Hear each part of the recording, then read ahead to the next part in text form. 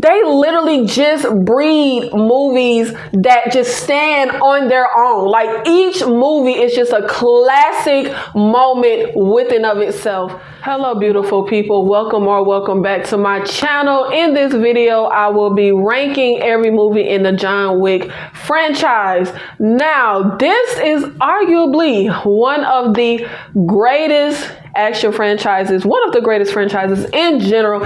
And with the release of John Wick Chapter 4, they might have gotten themselves the title of the greatest action movie of all time. So let's go back and relive all of the amazing moments.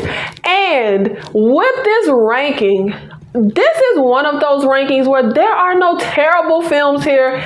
Every single movie is just top tier, chef's kiss, action-packed, amazing movies, no matter what spot they end up on this list. Now let's get right into it. Coming in at number 4 is John Wick Chapter 2. In this sequel, we find John, he avenged his puppy and his car, and at the top of this movie, he goes to get his car back.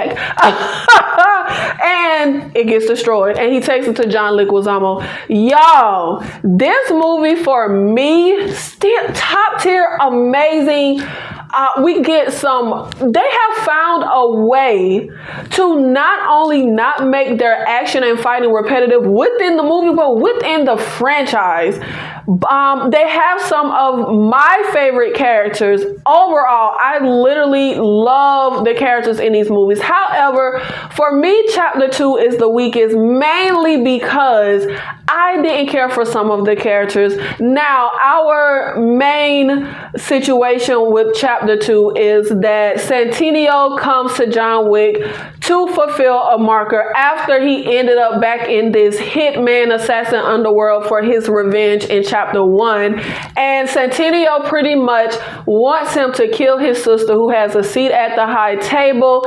We do get a little more insight and information in Chapter 2 when it comes to this world of assassins, and we learn about this high table.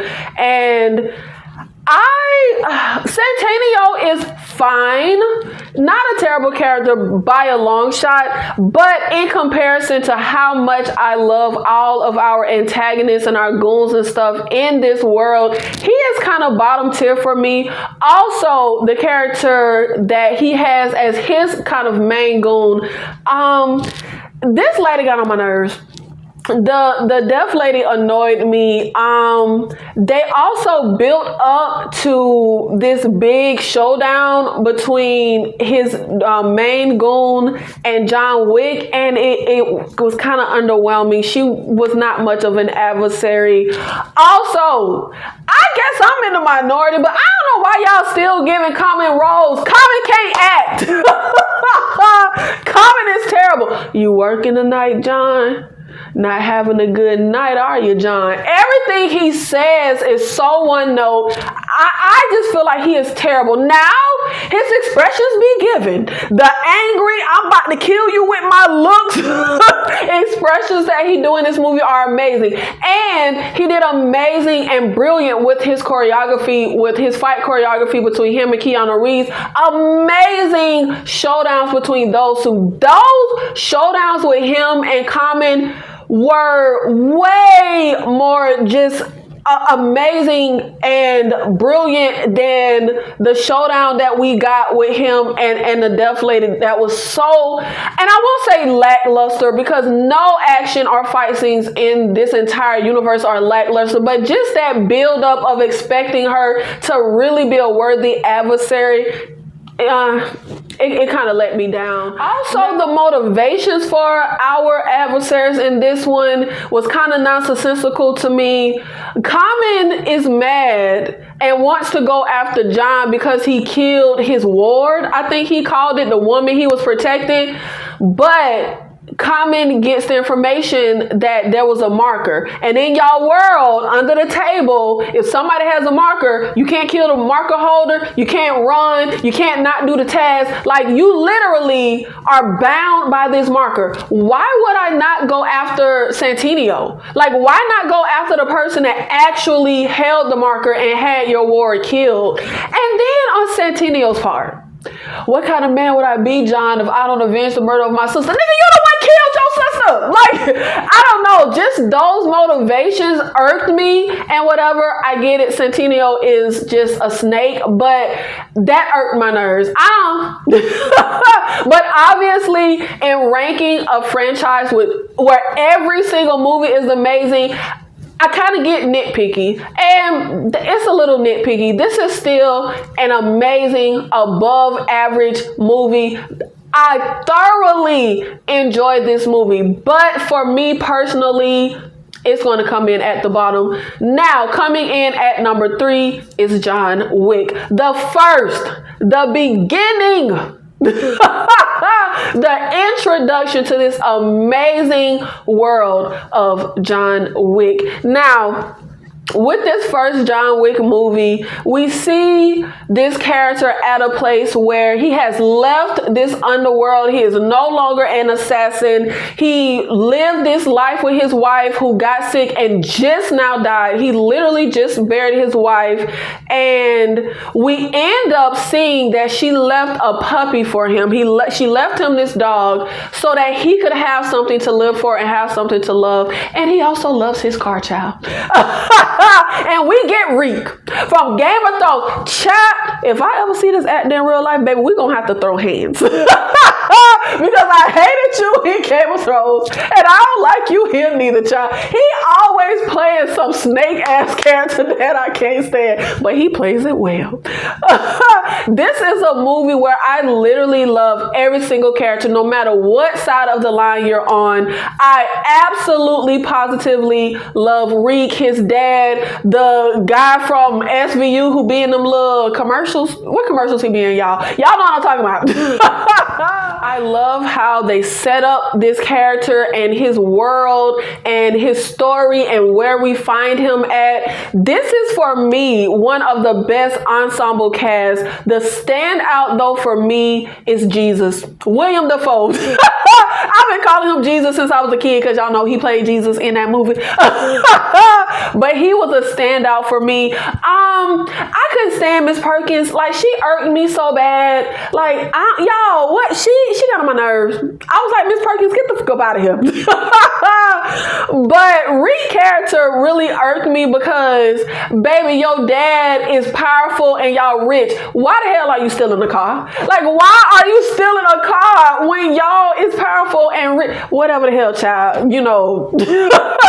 I love this lore that we get when it comes to John Wick, the Baba Yaga. I love when Reek's dad tells him John will come for you and you will do nothing because you can do nothing. I love where we find John, the character in this movie. And I feel like this, for me, is the pinnacle of what they do with his character. A standout for me is when Vigo has him and he has his goons holding him down and they're about to kill him, but John is like, you can either hand over your son or die screaming alongside him. Then they put the bag over his head and y'all, I don't know why, as the franchise progressed, they gave Keanu Reeves less and less lines. I love what they do with his character in this movie, and for me personally, it don't get no better than this for the John Wick character, because after this, he kind of just becomes kind of a shell of a person. He just turns into the Terminator. He pretty much turns into the Terminator after this and just says, I'm gonna need a gun. Yeah, like that's all he does after this. But man, this was so good. That scene just is really a standout for me, and many other scenes from him and great lines from him in this movie. I love that they have my favorite song in the world, Marilyn Manson's "Killing Strangers." I know all the stuff with Marilyn Manson, but that is my motherfucking song, and it was so fitting in this movie. I love how everything plays out. I love the ending that we get for William Dafoe's character. Oh my, y'all, this movie set the standard and set the bar for action. I love all of the action sequence, all of the hand-to-hand combat, the shootouts. Everything was so on point. I love the lure of this world with the Continental. But child, let me tell you, child, I'm finna be scared of everybody now, because when you walk down the streets of New York, baby, everyday citizens are assassins. Now, coming in at number 2 is John Wick Chapter 3. Y'all, Lord, when I tell y'all, this is freaking like almost like the pinnacle of action. Everything that we get in this movie, we get the crazy knives fight, we get the library fight, we get John Wick, Halle Berry, and the dogs versus like 100 goons fight, we get the sword fight on the motorcycles. Like, it gets so crazy and so insane and so over the top in the best way. With this third entry, we find John Wick up against the table because, of course, when Chapter 2 ends, he kills Santino. Why was I finna say Santiago? He killed Santino in the Continental, which is a huge no-no. No blood gets spilled on Continental grounds. And Winston has to have him excommunicado. So, Chapter 3, we find him up against like every assassin. Everybody is out to get John Wick for this bounty that is on him. I thoroughly enjoyed all the characters in this movie. I love Halle Berry. I don't know why she gets so much flack. Love Halle Berry in this. I loved her character of Sophia. I love those freaking dogs.